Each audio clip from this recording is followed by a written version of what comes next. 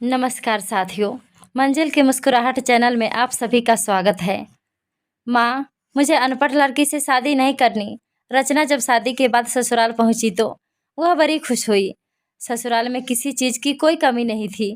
उसकी सास आरती जी भी उससे बहुत प्यार करती थी और उसका पति नीरज भी उस पर जान छिड़कता था।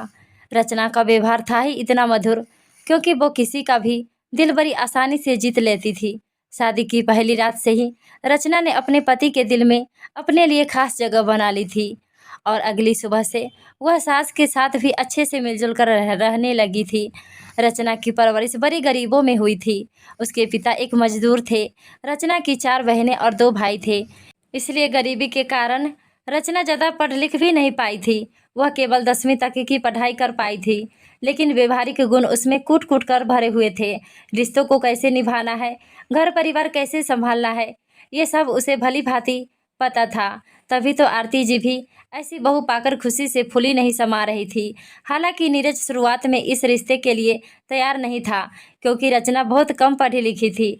उस टाइम आरती जी ने अपने बेटे को समझाया था कि देखो बेटा, मैं भी ज़्यादा पढ़ी लिखी नहीं हूँ और मैंने जिस लड़की को तुम्हारे लिए पसंद किया है वह बहुत ही अच्छी लड़की है।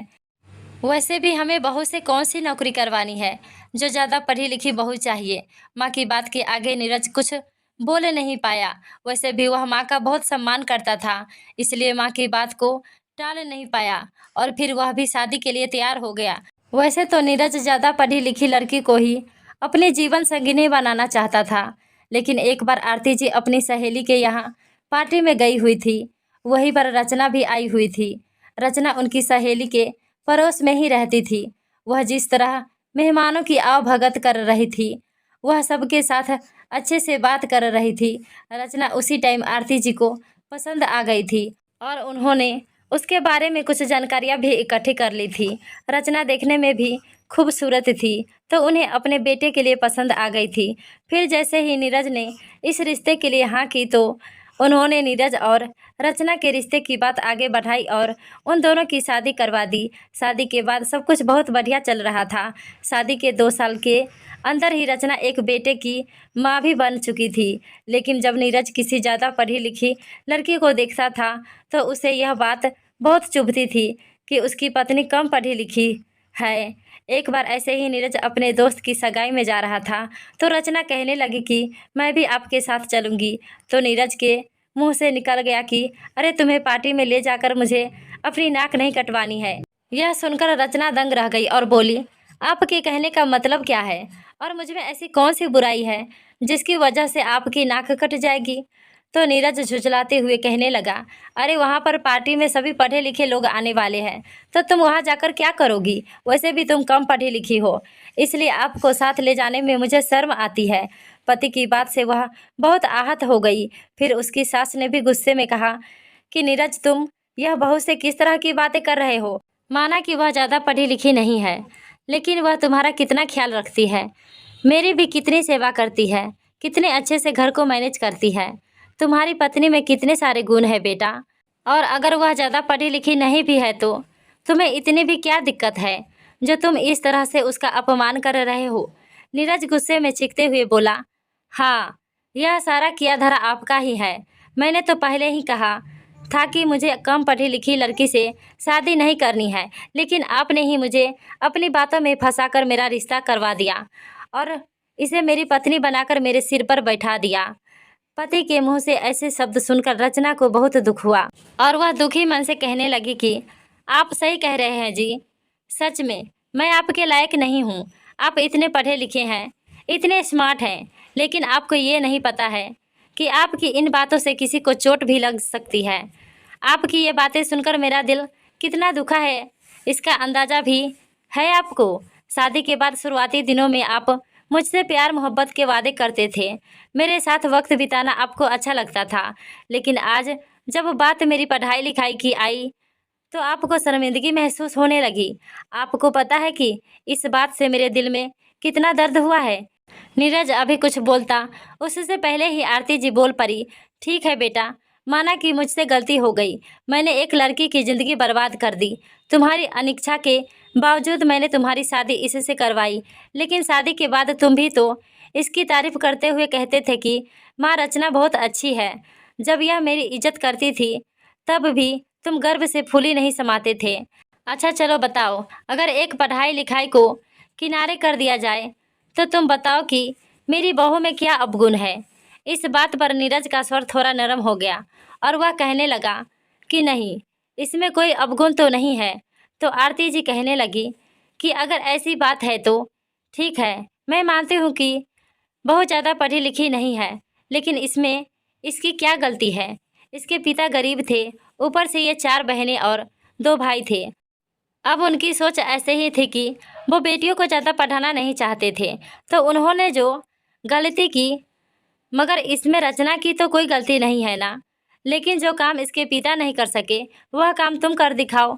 अगर तुम्हें ऐसा लगता है कि यह कम पढ़ी लिखी है और तुम्हें ज़्यादा पढ़ी लिखी पत्नी चाहिए तो इसे ताने देने या इस पर व्यंग्य करने से अच्छा है कि तुम इसे आगे पढ़ाओ। इस तरह से इसका दिल दुखाकर तुम्हें क्या मिलेगा।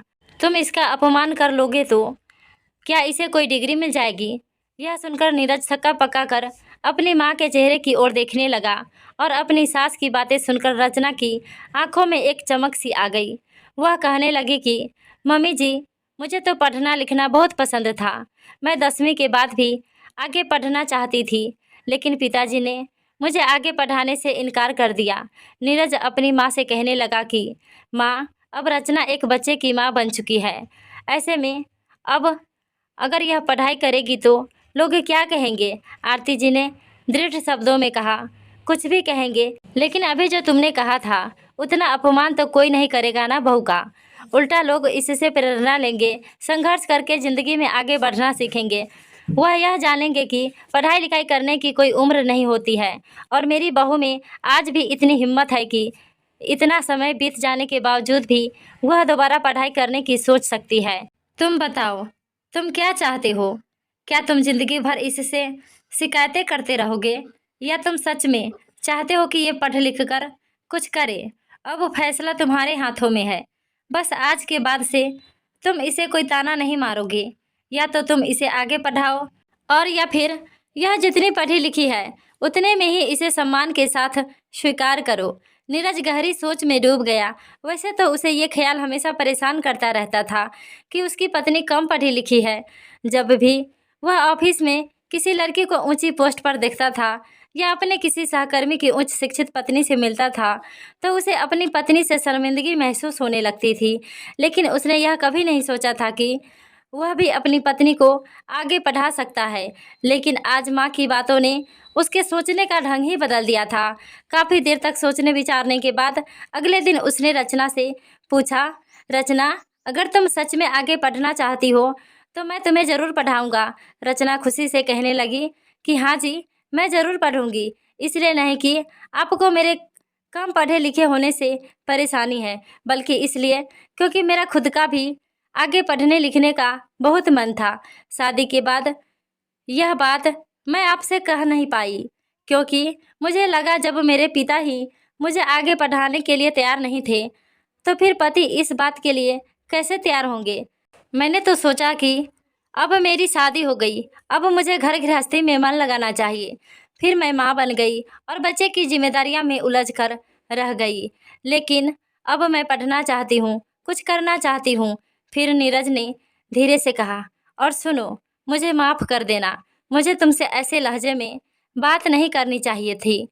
अगर मुझे किसी चीज़ से परेशानी थी तो उस समस्या का समाधान निकालना चाहिए था, ना कि तुम पर कोई आरोप लगाना चाहिए था और ना ही तुम्हारा दिल दुखाना चाहिए था।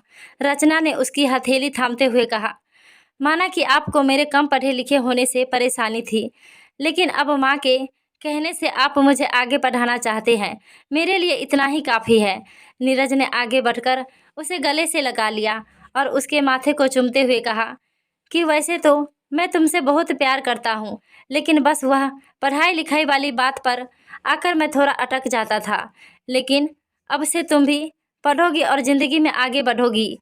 फिर उसने रचना का एडमिशन करवा दिया। कुछ ही सालों में उसने ग्रेजुएशन की पढ़ाई कर ली थी और आगे की पढ़ाई जारी रखते हुए उसे एक प्राइवेट कंपनी में जॉब भी मिल गई थी। उसके साथ आरती जी घर गृहस्थी संभालने में उसकी पूरी मदद कर रही थी। सास के प्रोत्साहन और पति के साथ के सहारे रचना, जो केवल 10वीं तक की पढ़ाई करके ससुराल आई थी, आज एक मल्टीनेशनल कंपनी में जॉब कर रही थी। आज नीरज को भी अपनी पत्नी पर गर्व था और रचना भी अपनी खुशियों से फूली नहीं समा रही थी, लेकिन इसका सारा श्रेय वह अपनी सास और पति को ही देती थी। दोस्तों, शिकायतें करना तो बहुत आसान होता है, लेकिन बदलाव लाना मुश्किल होता है। यहाँ तो रचना की सास समझदार थी और उन्होंने अपने बेटे को सही राह दिखाई, लेकिन कुछ लोग सामने वाले को कोसना ही जानते हैं और उनके लिए जब कुछ करने की बारी आती है तो वह पीछे हट जाते हैं। दोस्तों, ये कहानी कैसी लगी? अच्छा लगे तो लाइक सब्सक्राइब जरूर कर दें। धन्यवाद।